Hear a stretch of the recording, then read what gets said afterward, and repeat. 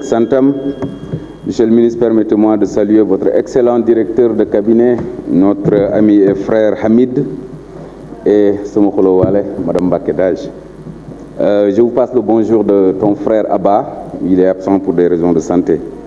Monsieur le ministre, je voulais commencer par l'affaire Mbayang Diop. Merci au député Fanta Sall d'avoir porté ce plaidoyer. Monsieur le ministre, je voudrais rappeler que li xewoon mi ngi am juillet 2016 ñu ngi ko jugé avril 2017. Elle a été condamnée à mort. Et je voudrais remercier votre prédécesseur au ministère des Affaires étrangères et à travers elle le président de la République. Parce qu'au moment où je vous parle, deux frères de Mbayang, Mamoudou et Mati, sont à Damam. Ñu ngi xool Mbayang et ci pèlerinage bi aussi président mayoon na leen ñaari billet et plaidoyer bi ma defoon daaw bi ñu paree aussi président envoyé woon na Mbayang xaalis. Alors mais jàpp naa ni loolu yëpp am na solo mais man mi nga xam ni maay maire Mbayang dëkk sama commune bi bavure bi amee ba léegi ñu taxaw di wax ci mbir mi 7 ans déjà képp kuñ ci jàppale nous en serons reconnaissants à vie. Et loolu la ñuy ñaan président gën ci jàpp Sénégal gën ci jàpp. Et je pense qu'avec les nouvelles orientations que le prince héritier Mohammed Ben Salman a pris, donc diplomatiquement Sénégal mën na ci def loo xam ni Mbayang mën nañ ko amaat fii ci Sénégal. Parce que jàpp naa ni du moment où elle a été condamnée à mort mais pas exécutée ci semaine bi ci topp, donc diplomatiquement war nañ ko mën a régler à travers ce qu'on appelle le DIE muy le prix du sang. Et loolu aussi jàpp naa ni incha allah su ngeen ci taxawee loolu dina war a mën a nekk. En tout cas nous vous remercions pour les efforts yi nga xamante ni def ngeen ko depuis lors ci kaawu Mbayang. Par rapport à la question palestinienne, je pense que tey aujourd'hui ça devait être le leitmotiv de tous les députés, d'autant que le Sénégal préside depuis 1975 le Comité des Nations Unies pour la défense des droits inaliénables du peuple palestinien. C'est extrêmement important. Donc dans le système des Nations Unies, la Palestine amul beneen partenaire bu gën a valable le Sénégal. C'est la raison pour laquelle ñëpp moom la ñuy xaar ci moom taxawaay boobu.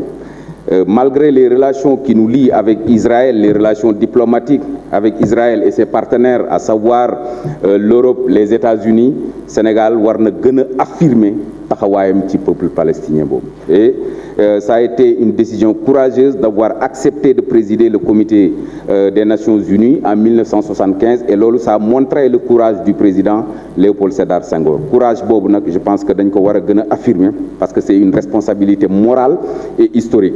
Donc loolu war nañ ko vraiment mën a pérenniser pour empêcher au moins li nga xamante ni moom moo fay am en termes de bavure, parce que beaucoup de cœurs se sont fendus ci li nga xamante ni moom moo xew ci sunu mbokk yi nga xam ni ñoo nekk Palestine.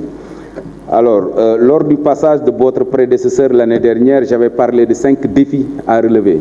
Yàlla dafa dogal benn défi bi relever nañ ko muy la place de l'Afrique, n'est-ce pas, dans le Conseil de sécurité des Nations Unies.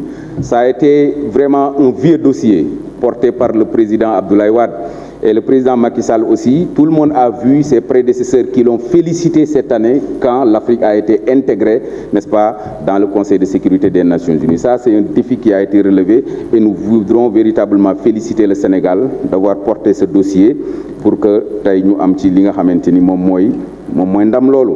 Mais beneen défi bi nga xamante ni tey moo ñuy interpellé muy le défi de la pacification de la sous-région.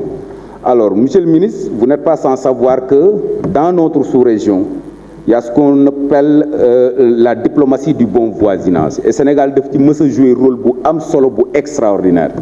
Et cette diplomatie du bon voisinage mën nañ gis ni mi ngi sooxe parce que y a 2 pôles qui s'entrechoquent aujourd'hui. Alors, il y a des pays yoo xamante ni c'est dirigé par des militaires à travers des coups d'État.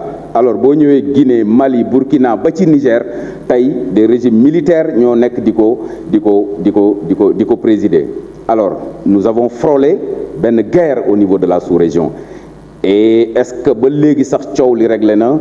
Alors je donne ma langue au chat. Et loolu Sénégal dafa am taxawaay bu am solo boo xamante ni war na ko ci mën a jouer. Loolu c'est un défi boo xamante ni ça interpelle le Sénégal. Alors maintenant la question que je voulais poser mooy qu'est-ce que le Sénégal prévoit de faire pour la pacification, n'est-ce pas, des tensions au niveau de la sous-région, parce que loolu xaaruñu ko kenn ci ku dul Sénégal. Alors maintenant, la place de l'Afrique dans le Conseil de sécurité des Nations Unies, je l'ai dit. Alors maintenant, je voulais savoir où est-ce que vous en êtes avec l'unité africaine, parce que c'est un dossier qui tenait à cœur le président Abdoulaye Wade, avant de passer les témoins au président Macky Sall.